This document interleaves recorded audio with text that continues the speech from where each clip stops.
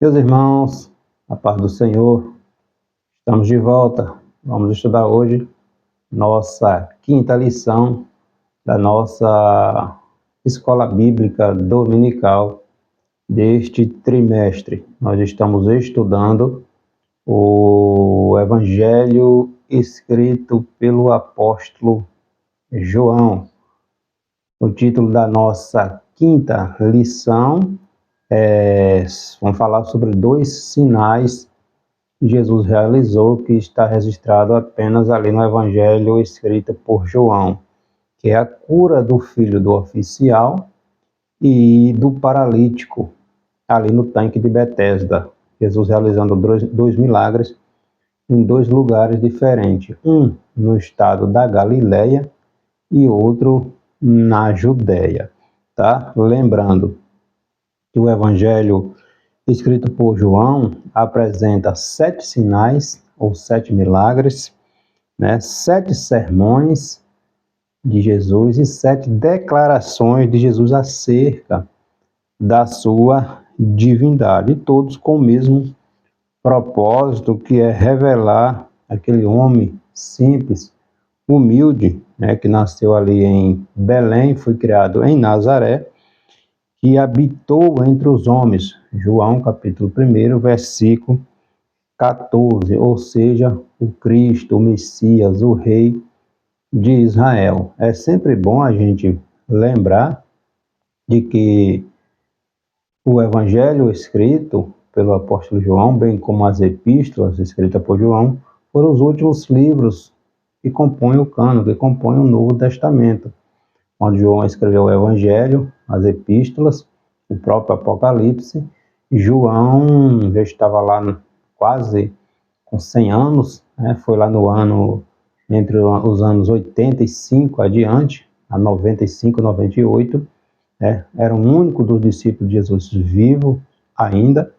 Os outros livros do Novo Testamento já estavam escritos, e João vem apresentar tanto no seu Evangelho quanto nas suas epístolas a divindade, a deidade de Jesus Cristo. Já visto que existiam ali muitas distorções, existiam ali os gregos, aquelas seitas que estavam surgindo, estavam negando a divindade de Cristo, a deidade do Senhor. Aí João já começa mostrando desde o princípio, não, que Jesus é Deus, que Jesus é divino, que Jesus é o Filho de Deus. Então, por isso que a gente vê o Evangelho de João não tão semelhante quanto os chamados sinóticos, que é Mateus, Marcos e Lucas. Marcos, Mateus e Lucas, eles têm uma similaridade dos seus conteúdos. O de João já é mais diferente. Tá? João vai mostrar categoricamente que Jesus é o Filho de Deus. Ele já começa no capítulo 1, versículo 1, dizendo que no princípio era o Verbo estava com Deus, o Verbo era Deus. No capítulo 1, versículo 3, ele diz que tudo foi feito por ele, por Cristo, e sem Cristo, nada do que existe viria a existir. Tá? Aí o primeiro sinal, que logo ali no início do ministério de Jesus, registrado só pelo apóstolo João, que é a transformação da água em vinho no casamento ali em Caná da Galileia, onde também acontece, Jesus libera, através da sua palavra, a cura para o filho do oficial, que veio de Cafarnaum. Os objetivos da nossa lição: exercitar uma fé verdadeira e contagiante, estar alerta ao estado que o pecado pode nos levar, e perceber que o poder de Jesus está acima de nossa trágica situação. Todo o poder pertence ao Senhor Jesus Cristo. Então, este é o segundo e o terceiro sinal registrado ali no Evangelho escrito por João, os primeiros milagres realizados por Jesus, registrados somente aqui no Evangelho escrito pelo apóstolo João. Nosso textuário está no capítulo 5, versículo 8. Então lhes disse Jesus: levanta-te, toma o teu leito e anda. A nossa verdade prática: Jesus tem poder para curar, não importa o tamanho de nossa fé. E a nossa leitura bíblica está aqui no capítulo 5, versículo do 1 ao 18, onde está tratando aqui sobre a cura daquele paralítico ali no tanque de Betesda, ali no território da Judéia, em Jerusalém. E anteriormente, vai no capítulo 4, seguindo após Jesus sair de Samaria, onde ele havia realizado aquela transformação com aquela mulher samaritana, tá? A continuidade do capítulo 4 vai falar sobre a cura, a palavra liberada para o filho do oficial, tá? Então Jesus está de volta à Galileia, está de volta, ou seja, depois de 2 dias, Jesus tem aquele encontro com a mulher samaritana, ali no poço que Jacó havia cavado e dado como herança a José, ali em Sicá, território dos samaritanos. Jesus, depois de 2 dias, Jesus volta para a Galileia, lembrando que Jesus havia saído da Judéia, tá? Tinha passado pelo território samaritano, conversado com a mulher samaritana, e depois ele sobe novamente, ou desce novamente para o território da Judéia, onde ele vai novamente para Caná. Caná, ali no território da Galileia, tá? Jesus chega em Caná, aí vem um oficial do Herodes, né, de Herodes Antipas. Herodes Antipas era filho de Herodes o Grande, e o oficial chega suplicando a Jesus, né, chamando, pedindo que Jesus fosse. Ele veio de Cafarnaum, aproximadamente 24 quilômetros de Caná da Galileia. Ele vem, a notícia da fama de Jesus, dos milagres de Jesus, estavam aumentando, e aquele oficial, com seu filho moribundo ali à beira da morte, se desloca de uma distância de aproximadamente 24 quilômetros e vai até Caná. Ele fica sabendo que Jesus está de volta, vai até Caná solicitar, suplicar, pedir a Jesus que Jesus vá com ele até Cafarnaum curar o seu filho que está doente. Jesus não vai até Cafarnaum, mas libera uma cura, né, através da sua palavra. Jesus cura o rapaz à distância, apenas com a sua palavra. Vai que teu filho está curado, tá? Esta palavra de Jesus, que coisa extraordinária, com a fé daquele homem, né? Jesus iniciando os seus milagres. Possivelmente aquele oficial nunca antes havia falado de Jesus, né? Na juventude de Jesus. Só quando Jesus começa a realizar esses milagres, a fé deste homem aumenta, né? Porque nada antes havia acontecido em Israel. Nenhum profeta, nenhum sacerdote havia feito tantos milagres, tantos sinais que Jesus estava fazendo. Então, aquele homem era diferente. Então, aquele oficial reconheceu que algo diferente tinha ocorrido, estava acontecendo em Israel, tá? E ele vai em busca da cura para o seu filho. A princípio, ele queria que Jesus fosse com ele, mas quando Jesus liberou uma palavra dizendo que o filho dele estaria curado, ficaria curado, aquele homem acreditou e retornou.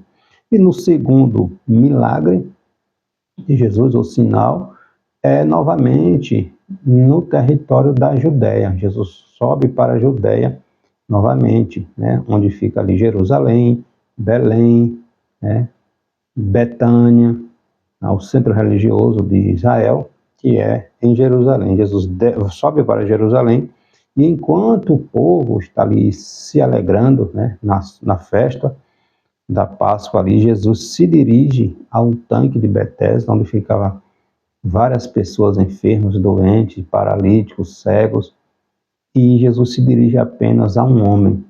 João registra que apenas Jesus se dirigiu apenas a este homem, que estava há 38 anos paralítico. Aí Jesus libera a cura para este homem, não se revela a ele e sai.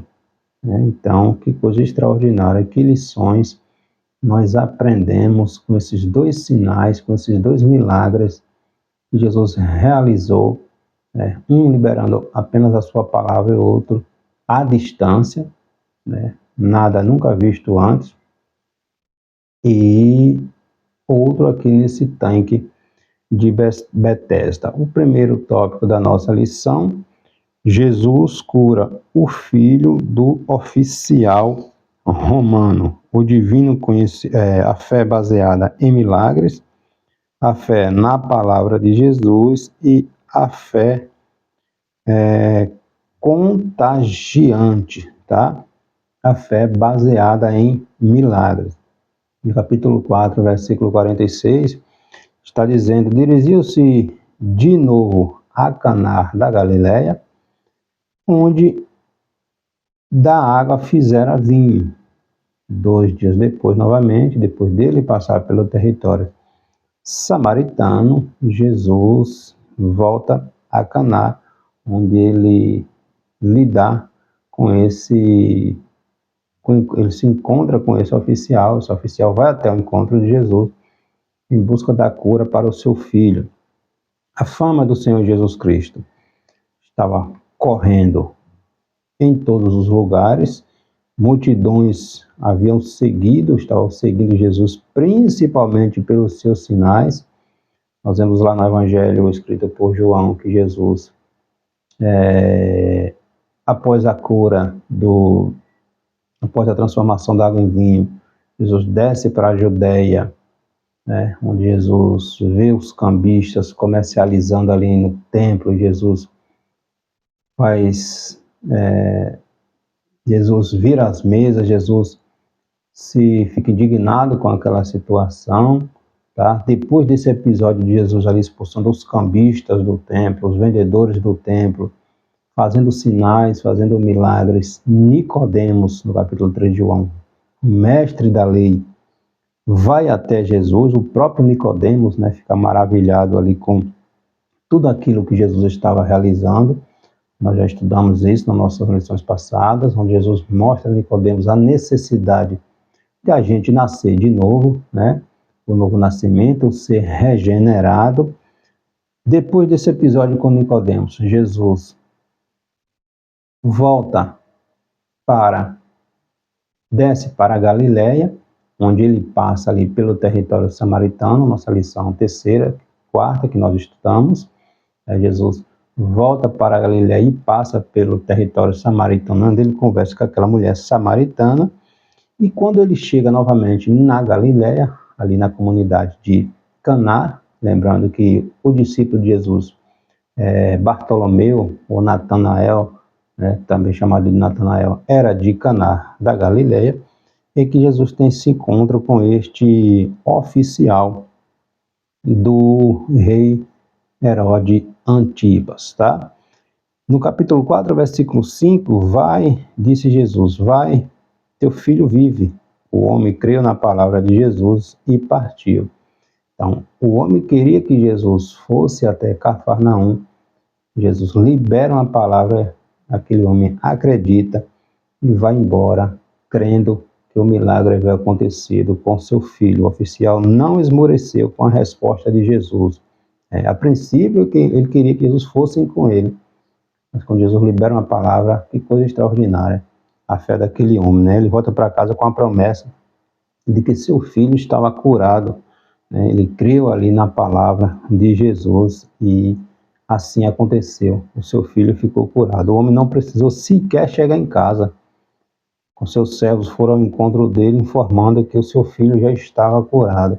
Ele pergunta qual foi o horário e o seu filho estava melhorando. Os servos falaram que foi justamente no momento que Jesus liberou a palavra de cura e o filho daquele homem ficou curado. Tá? Que coisa extraordinária. No capítulo 4, versículo 53, com isto reconheceu o pai daquele jovem ser aquela precisamente hora em que Jesus lhe disse: teu filho vive. Né? No exato momento que Jesus diz: teu filho vai, teu filho está curado.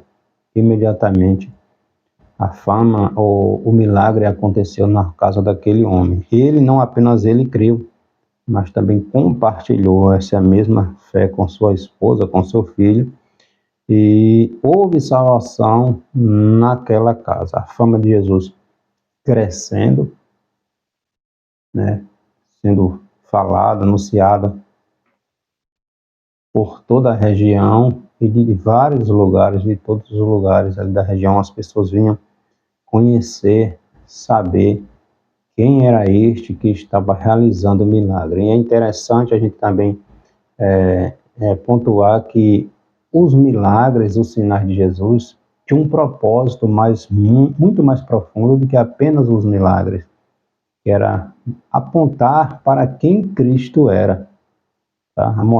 Apontar para quem Cristo era, que é isso que João vem descrever. Que Jesus é Deus, que Jesus é divino, né? Os gnósticos eram uma seita que estava negando a deidade de Cristo naquela época, né? E João vem refutar isso, né? Mostrando verdadeiramente que o Messias, aquele homem de Nazaré, era verdadeiramente o Filho de Deus.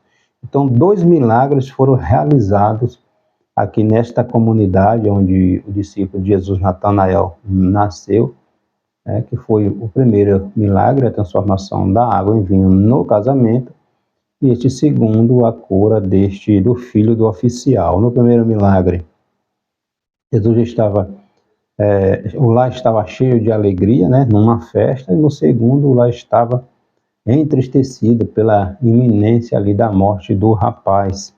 Jesus supre a necessidade para preservar a alegria no casamento e cura a enfermidade para restaurar a alegria naquela casa. Então, 2 milagres de Jesus registrados no Evangelho escrito por João, né, logo ali no início do ministério de Jesus, tá? Que foi esses 2 realizados em Caná da Galileia, e esse terceiro lá em Jerusalém, ali no tanque de Betesda, né? Na Judéia, no território da Judéia. Então, Jesus ficava da Judéia para a Galileia, né? Jesus sempre fazendo esse percurso. Sempre que tinha uma festa em Jerusalém, no templo, Jesus estava presente, realizando milagres, ensinando e levantando a ira, despertando a ira ali nos fariseus. O segundo tópico da nossa lição: Jesus no tanque de Betesda, o divino conhecimento de Jesus, a divina compaixão de Jesus e consequência do pecado daquele paralítico que havia 38 anos estava ali naquele tanque aguardando uma oportunidade de ser curado. O tanque de Betesda era conhecido como Casa de Misericórdia e abrigava uma multidão de doentes. Ficavam ali na perspectiva de alguma forma, né, serem curados. Está lá no capítulo 5, versículo 3, né? Alimentados pela crença de que um anjo desceria em determinado tempo para agitar as águas, e o primeiro que fosse botado ou jogado ali na água, ficara curado. No meio dessa multidão, ali no meio da festa, né, cheio de pessoas ali, Jesus vai naquele lugar e cura aquele paralítico, né? Jesus distingue aquele homem paralítico dos demais, cura, não se revela quem é, apenas pergunta: queres ficação? Né? E aquele homem fica curado. No capítulo 5, versículo 6, está dizendo: Jesus, vendo-o deitado e sabendo que estava assim há muito tempo, Jesus sabia que aquele homem estava enfermo há 38 anos. E aqui tem uma lição extraordinária que a gente aprende. Por que é que Jesus foi até aquele homem, somente aquele homem, no meio de vários doentes, vários enfermos ali, cura aquele homem e somente aquele homem se retira dali. Nós aprendemos aqui algo interessante, que lá na frente vai discorrer, e é sobre a causa da enfermidade deste homem. Alguma coisa estava relacionada com o pecado, tá? Algum pecado esse homem havia cometido e acabou levando a esse estado de enfermidade, de paralisia, tá? A gente vai aprender isso lá na frente. Então, não foi este paralítico que foi até Jesus, pedindo, né? Como a gente vê lá no cego de Jericó, ele vai até Jesus, né? Nós vemos lá também quando aquele paralítico que é levado pelos amigos até Jesus, descido ali pelo telhado. Não, aqui é Jesus se dirige exclusivamente no meio de várias pessoas ali necessitadas da cura. Jesus vai até aquele homem e Jesus pergunta: queres ser curado? Jesus nos distingue no meio da multidão. Nós estamos sendo vistos, né? E Jesus, ele se importa conosco. Quando os nossos recursos acabam, aí é que Jesus entra com milagre, Jesus entra com socorro, né? E aqui nós aprendemos que o pecado, ele traz trágicas consequências. No capítulo 5, versículo 14, mais tarde Jesus encontra esse homem que havia sido curado por ele, Jesus cura e se retira. E Jesus encontra esse homem no templo ali em Jerusalém.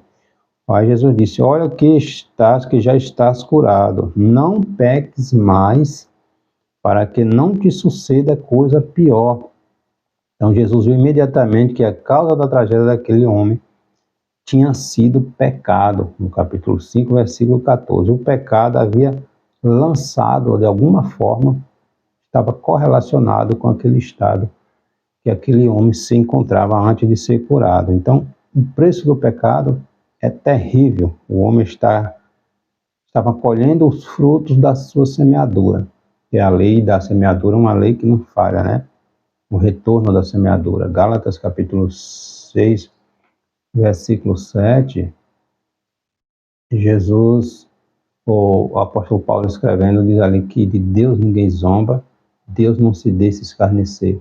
Aquilo que o homem planta, que o homem semeia, ele vai colher, tá? Então, muitos hoje se apegam ao pecado, vivendo uma vida de pecado, não se importando com mais nada, achando que não existe a lei do retorno, tá? O pecado, ele é uma afronta à santidade de Deus, tá? O pecado é uma fraude, promete prazer, mas paga com desgosto.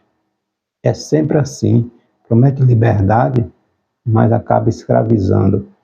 Promete caminho de vida, mas o final é morte, é tristeza, é dor, é separação. São tragédias por cima de tragédia. No princípio tudo é bom, tudo é maravilhoso, mas o pecado ele vai corroendo,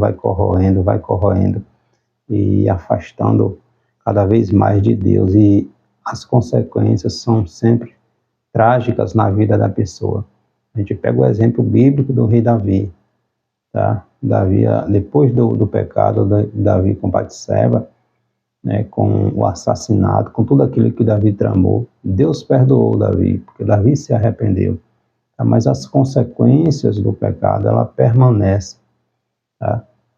Uma pessoa faz mal a outra, Deus perdoou, porque aquela pessoa pede perdão, Deus perdoou. Mas aquela outra pessoa ficou ferida, tá? E Deus é um Deus justo. Então, Deus nos perdoa, amém, glória a Deus. Mas as consequências dos nossos atos, nós temos que arcar, entende? Então, o pecado, ele aparentemente parece que está tudo bem, tudo tranquilo, mas o resultado é morte, é dor, é sofrimento. E o terceiro tópico da nossa lição: Jesus cura um paralítico. Uma pergunta maravilhosa, uma ordem poderosa, uma advertência preventiva. No capítulo 5, versículo 6, Jesus, vendo aquele homem deitado e sabendo que estava assim há muito tempo, no caso do paralítico, Jesus é que pergunta: queres ser curado? Jesus pergunta ao paralítico se ele quer ser curado. É como se Jesus estivesse dizendo, no nosso estado, de afastado de Deus: eu cheguei, eu vim trazer vida, eu vim trazer liberdade, eu vim trazer salvação, eu vim trazer cura. Eis que estou à porta e bato. Apocalipse capítulo 3, versículo 20. Estou batendo na tua porta.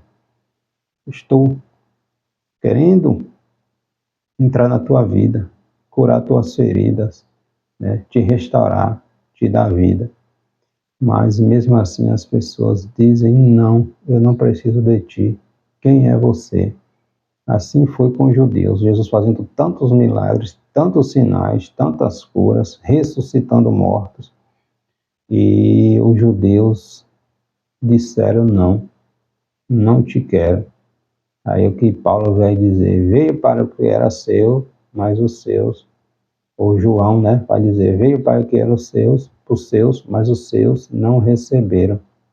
No caso, os judeus. Então, não importa o nosso problema, a nossa situação, por mais difícil que pareça ser, a causa, por mais que achemos que não tem mais socorro, não tem mais solução ao nosso problema, Jesus cura. Jesus cura, Jesus pode pegar os nossos cacos, os nossos pedaços e fazer tudo de novo. Não importa qual seja a situação, por mais desesperadora que seja, irmão, confia e entrega, tá? E é interessante a gente falar aqui que a gente precisa entregar a Jesus toda a área da nossa vida, todas as áreas da nossa vida. Não adianta entregar a área X e a área Y, não, porque é nessa área que a gente deixa de entregar a Jesus que o diabo escraviza.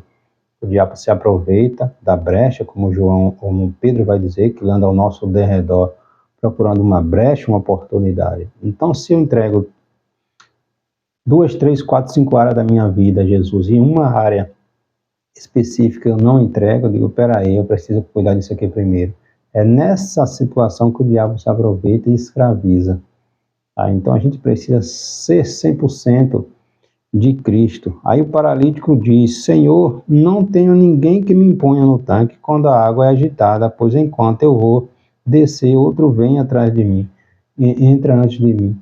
Jesus não perguntou a ele questão de lançar no tanque ou não. Jesus disse: queres ser curado? Ele não sabia, a princípio, quem era Jesus. Aí Jesus libera aquela palavra e ele imediatamente levanta, pega a sua cama e anda. Todo ano aquele homem via gente sendo curada e ele continuava ali na mesma situação, mas agora Jesus tinha ido até ele. No capítulo 5, versículo 8, então lhe disse Jesus: levanta, toma teu leito, toma tua cama e anda.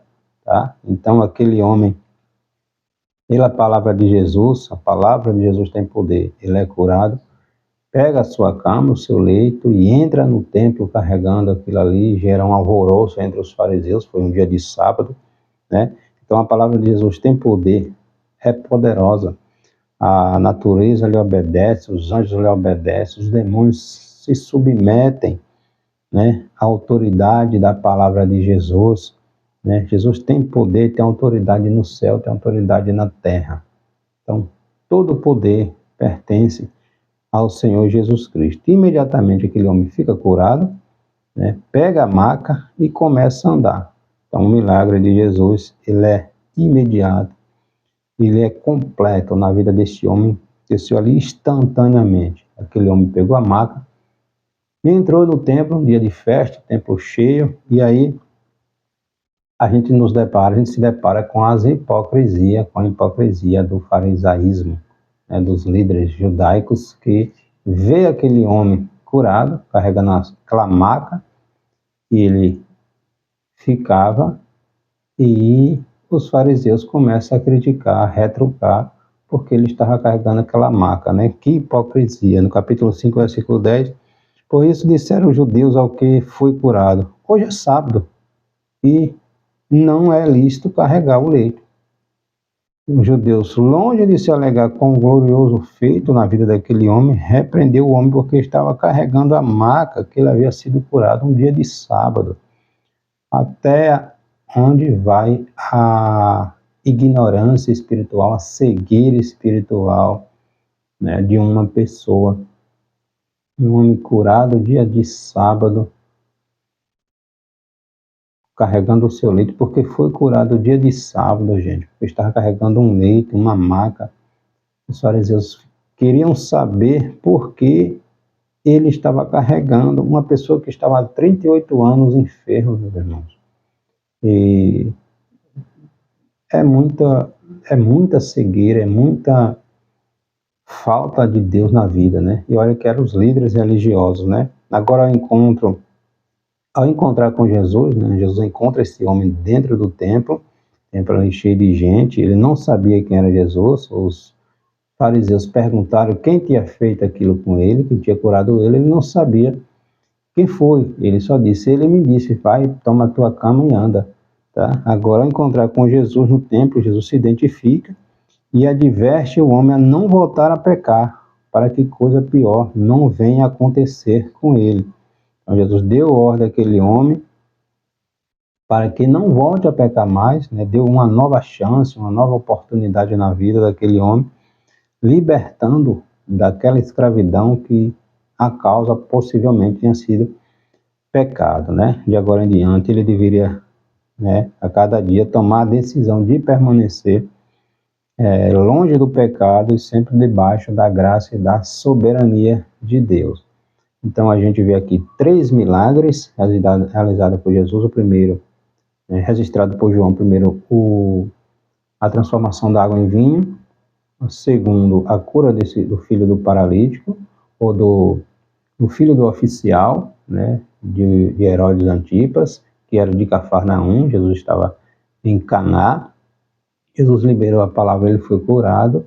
E esse terceiro sinal, que foi a cura desse paralítico, que havia 38 anos enfermos. Então Jesus ficava da Judeia para a Galileia, né, curando, ensinando, anunciando o reino de Deus, a fama de Jesus crescendo, o levante dos fariseus contra Jesus, né, já intentando criar um meio para que Jesus fosse preso e fosse tirado de cena. E João vem registrar, né, desde o início até o fim do Evangelho, mostrando que Jesus verdadeiramente era Deus. O primeiro sinal, que foi água em vinho, ali serviu para revelar a Jesus Cristo, aos discípulos, que Jesus era verdadeiramente o Filho de Deus. Os demais sinais vêm mostrando para o povo que aquele, assim como aconteceu com Nicodemos, né, que Nicodemos foi ter com Jesus à noite, né, dizendo, Senhor, sabemos que ninguém faz os sinais, os milagres, as coisas que tu fazes, se não vier de Deus. Então, eles sabiam, reconheciam que Jesus vinha de Deus. Só não admitiam, mas tinham certeza. Então, hoje, nessa nossa lição, nós trouxemos esses 2 resumos sobre esses 2 sinais de Jesus registrados somente aqui no Evangelho, escrito pelo apóstolo João. Amém? Deus abençoe.